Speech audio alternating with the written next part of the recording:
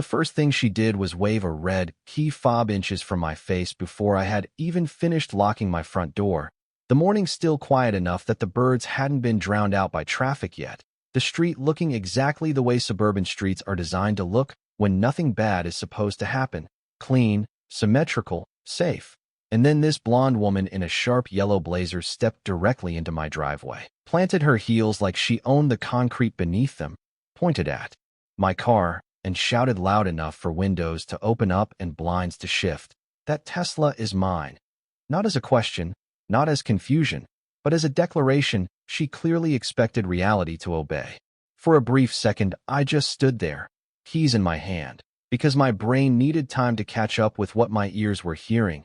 And standing in front of me was Valerie Cross, the sitting president of the Cedar Grove Estates Homeowners Association, a woman whose name had already circulated through the neighborhood like a warning label long before I ever learned it officially, known for fines that arrived without warning, rules enforced with selective cruelty, and a tone that suggested disagreement itself was a violation.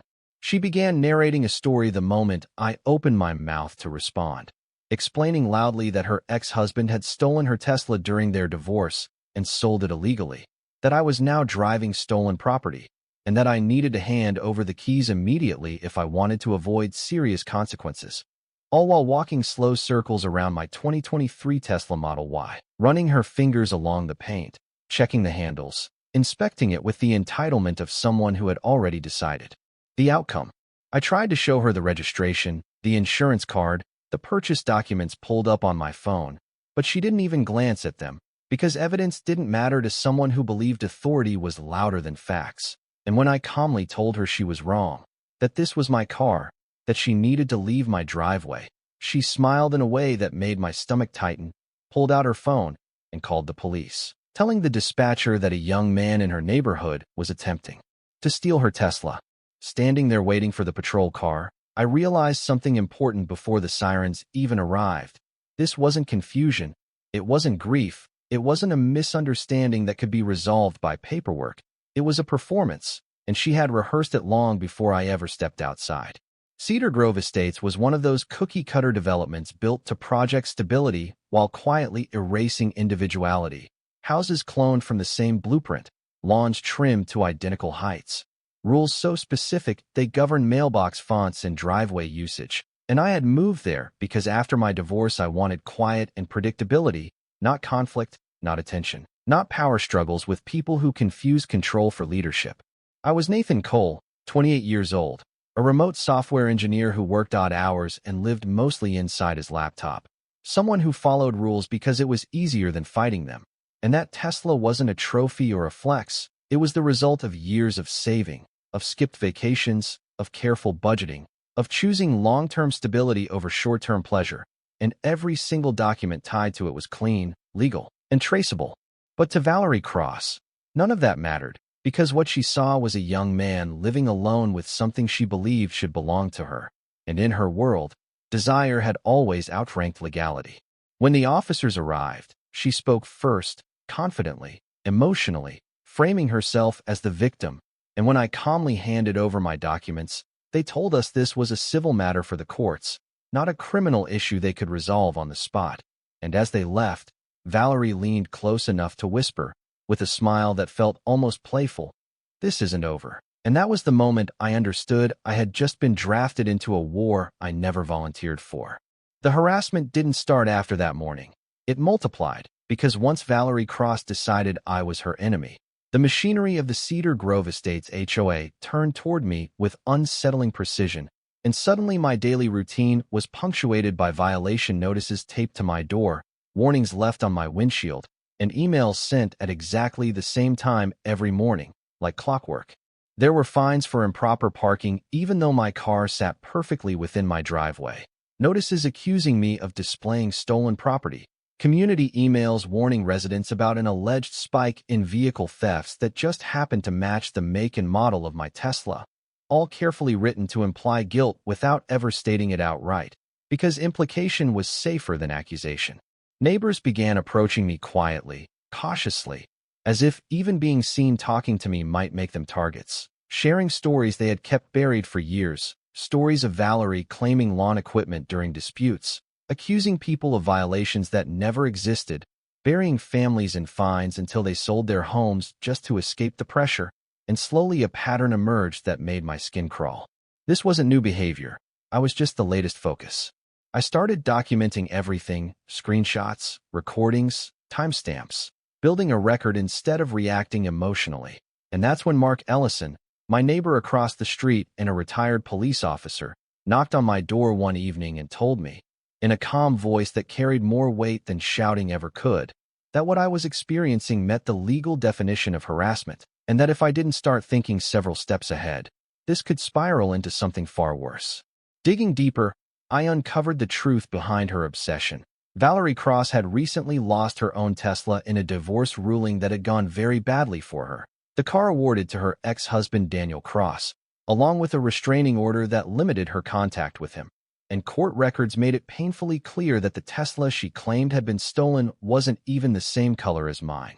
But obsession doesn't respect facts. She escalated publicly, plastering flyers labeled "stolen vehicle" around the neighborhood, live streaming outside my house, while ranting about justice and betrayal, once crashing into a mailbox midstream and turning herself into a meme without realizing it, and even organizing a so-called community safety gathering where she invited local media and pointed at me like I was a criminal. I stayed calm, because I knew something she didn't. Bullies survive on narrative, not evidence, and the moment their story collapses, so do they. I installed cameras, dash cams, motion sensors, and within days I had footage of her photographing my car repeatedly, trying the door handles, attempting to pair an unauthorized key fob, and finally, in the middle of the night, crouching behind my Tesla to attach a GPS tracker under the rear bumper. When she called me later that week and said, in a low, satisfied voice, "I know where you go," the situation crossed from absurd into dangerous, and I knew the only way out was forward, publicly, decisively, and with proof that could not be argued away. The next HOA meeting felt less like a discussion and more like a courtroom waiting for opening statements. The room packed with residents, tension thick, some people still afraid, others visibly exhausted, and I walked in carrying a single folder, because I understood something very clearly by then. Paper has power when lies are built on noise. I laid out everything slowly, methodically: the GPS tracker footage, the fake legal letters signed "Law Offices of Valerie Cross," the HOA bylaws she had violated repeatedly, the surveillance evidence, the intimidation, the stalking, and just as the room began to murmur, the door opened and Daniel Cross, her ex-husband, walked in holding certified court documents that detailed her history of false claims, asset disputes, and restraining orders. When Valerie tried to interrupt with a video she claimed showed me assaulting her, I calmly played the original footage, revealing obvious edits, missing frames, and manipulated audio, and the silence that followed felt heavy and final. The board voted to suspend her immediately and forward the entire case to legal counsel. But she wasn't done yet, because minutes later she stood outside my house, phone pressed to her ear, screaming into 911 that I was stealing her car again, red key fob raised like a prop she still believed in. This time, my Tesla app notified me in real time that someone was attempting to unlock my vehicle, and when the police arrived, the difference was undeniable. She had no paperwork, no VIN, no proof, just rage and repetition. I handed over my documents: purchase contract, title, registration, insurance, payment records, and Daniel confirmed under oath that her Tesla had been sold legally months earlier. And when she continued shouting about conspiracies, the officers finally saw what everyone else already had. She was arrested for filing a false police report, harassment, stalking, and attempted fraud, handcuffed in front of the same neighbors she once controlled, and as they led her away, I pressed my key fob. The Tesla unlocked with a soft electronic beep that cut cleanly through the silence. In the months that followed, Valerie Cross left the neighborhood. Her house sold to a quiet couple who waved when they moved in. The HOA was restructured with transparency rules and emergency removal provisions, and life in Cedar Grove Estates slowly returned to something that felt like peace. I didn't win because I was louder. I won because I stayed calm, because evidence doesn't panic, and because bullies only survive when people let them control the story. So I'll leave you with this question. If you were standing on that sidewalk watching it all unfold, would you have stepped in early or stayed silent to avoid becoming a target yourself? And when someone publicly lies to take what you earned, do you fight back with facts or hope silence will save you?